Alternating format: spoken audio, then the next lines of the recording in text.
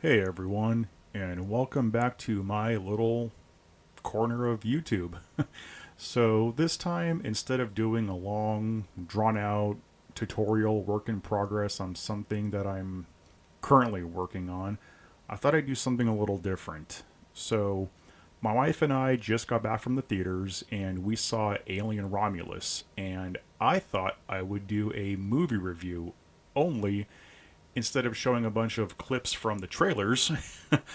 I thought I would draw something based on what I just saw. So if you like this, I'll do more. I thought about doing a review for Godzilla Minus One and maybe Deadpool and Wolverine, but in the meantime, I wanted Alien to be the first one that I kind of did since I grew up with Aliens, one of my favorite franchises. So without further ado, here's my review for Alien Romulus. So I've been a longtime Alien fan, and I think my favorite in the franchise, like most people, is probably Aliens. After that, I really do like Alien a lot. It is the original, and believe it or not, I really have a soft spot for Alien 3. I think it has one of the most beautiful soundtracks, not just of the Alien movies, but of almost any movie.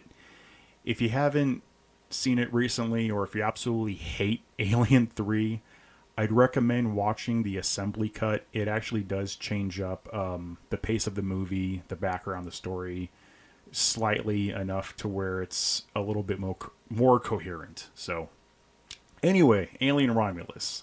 So there will be spoilers before before I go ahead. I'll let you know that I am going to be spoiling stuff since there's just too much in it to talk about that you can't avoid. So the basic premise of Romulus is our main character Rain lives on this kind of shitty mining colony out in the middle of nowhere, kind of controlled by Weyland Yutani, the evil company from all the Alien movies, and she wants to get out of her job basically, and she's worked up enough credits to fly away to a whole new system, have a better life. Only that's not the case. They kind of screw her over. They're like, nope, you really haven't worked enough. We're going to double your time here. So she hooks up with a couple of friends. They decide to take a transport ship and steal some cryopods and go on a journey. Only it's an alien movie, so it doesn't quite work out how they hope. Once they get to the station, they start to notice it's a secret lab for Weyland Yutani. They're working on some kind of bioweapon, which obviously it's the reconstituted, xenomorph that they caught from the first movie, actually. I thought it was a really cool throwback how the beginning of the movie actually picks up pretty much right where Alien left off, and you see a kind of a salvage ship run into the wreckage of the Nostromo, and they pick up what looks like a cocoon. And when I was watching it, I figured, oh, that's got to be the alien from Alien, the main xenomorph, because it got blown up the airlock, but we never actually saw it, blow up or what happened to it. So the whole movie kind of rests on the fact that Weyland Yutani got the xenomorph, and they're reverse engineering it on Renaissance Station, which is where most of the movie takes place. So once they get there, there's some really good character build up, more so than the last few Alien movies, Prometheus and Covenant, which I liked the direction Prometheus was trying to go for, but it kind of didn't know what it wanted to be. Like, was it its own thing? Was it a prequel? Was it connected? Was it not connected? I think studio interference kind of messed with Prometheus a little bit more than I would have liked. But the real sin is Alien Covenant, and I'll explain how it ties into Romulus. So in Covenant, they get to some planet, if you guys haven't seen it, to colonize. Blah blah blah. The engineer ship is there, and it turns out that the android David from Prometheus crash landed on it, and created the xenomorphs from some kind of unexplained black goo that was in Prometheus in the beginning. So yeah, Prometheus and Alien Covenant were really confusing. Really didn't know where the story wanted to go with those. I think Ridley Scott had an idea, but never fully fleshed it out. And for the whole Alien timeline, it made no sense for David to create the perfect organism.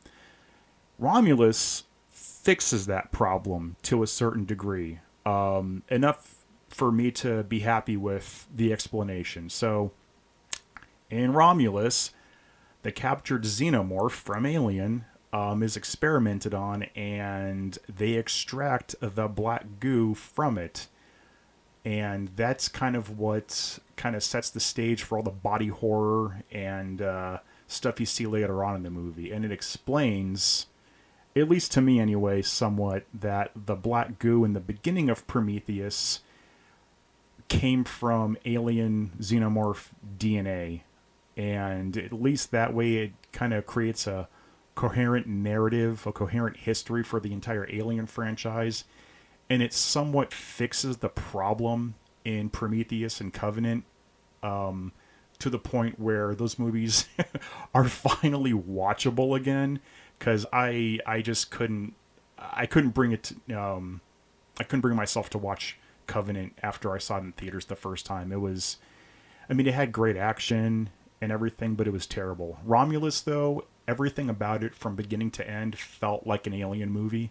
The claustrophobia, the art direction, the lighting, the sound effects. There are some pretty good jump scares in it. My wife jumped a couple times. I don't really jump at movies, but I did appreciate the fact that it took the time to build up the scares, and the movie did not feel rushed. It had a really good pace. It did feel like it ended a couple of times. Like there was a definite ending and then another ending. And some people might think it drags out too much. But honestly, Aliens kind of did the same thing. When Ripley ended up, going and saving Newt from the Queen. She got back onto the ship, and you thought everything was okay on the Sulaco. And next thing you know, the Queen comes out of the landing pad on the dropship, and they have a nice big fight. Romulus does the same thing, where her and her android brother get back to their ship. You think everything's fine, and a character you thought was going to die earlier ended up not being dead, and she gives literal birth to a half xenomorph, half human engineer looking type creature, which also kind of explains that maybe the engineers weren't what we thought they were. Maybe they were reconstituted between human and alien DNA. I don't know. They can explore that maybe in a sequel. But yeah, it has another, like an extra act after the third act where there's this big fight between her and the human alien engineer hybrid, and it ends pretty much like you would expect. So I will say, if you're a hardcore Alien fan, there are some cool nods to Aliens. There's even a straight up quote at the end of Romulus taken directly from Aliens, and I won't ruin that part for you. It's nice to see a variation of where the pulse rifles came from. They do mention the Colonial Marines when they have the kind of Hicks and Ripley kind of nod where the dude, I forgot his character's name, shows Rain how to use a pulse rifle. Like, oh hey, that was from Aliens. That was pretty cool. Other than that, yeah. Oh yeah, there is a big. I won't spoil this part, but for those that remember the cast from Alien, it's nice to see. Although a little weird, it's a little off-putting how they did the CG for this character. But yeah, there is a return character from the original movie that's in it that I wouldn't say plays a pivotal role in the movie, but he is important. Yeah, I'll just kind of leave it at that. But it is nice to see the lore expanded upon. I've always said good sequels should kind of stick to the formula that the main franchise is known for, while also expanding on the ideas and the lore. Like Alien introduced the franchise, Aliens expanded on the life cycle and the social hierarchy of the aliens. We know there's a queen now.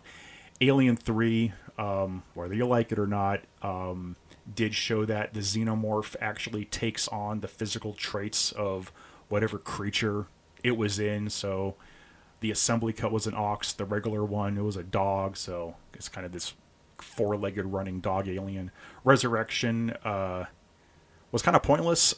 It was just a baseless monster movie with really bad dialogue, reminiscent of Buffy the Vampire Slayer, which I think Joss Whedon wrote the screenplay, which explains why Resurrection has such shitty dialogue, and every character was just fucking cringy.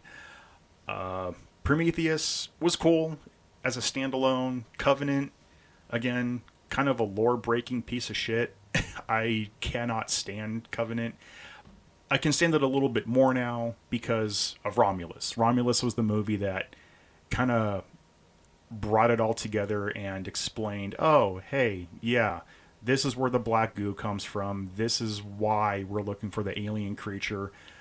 We get to see in the middle of its life cycle after the chestburster scene, which was fucking awesome, by the way, how it cocoons itself and that it doesn't just grow out of nowhere. You see it attached to a wall and kind of birth itself, which was one of my favorite scenes in the movie, besides all this zero-G stuff, which I'm surprised it took this long to get zero gravity in an alien movie. Anyway, I give it a 9 out of 10. I loved it. I thought it was great, and I would love to see if the franchise keeps up this momentum where it's going to go next. So anyway, thank you, and I'll see you on the next one.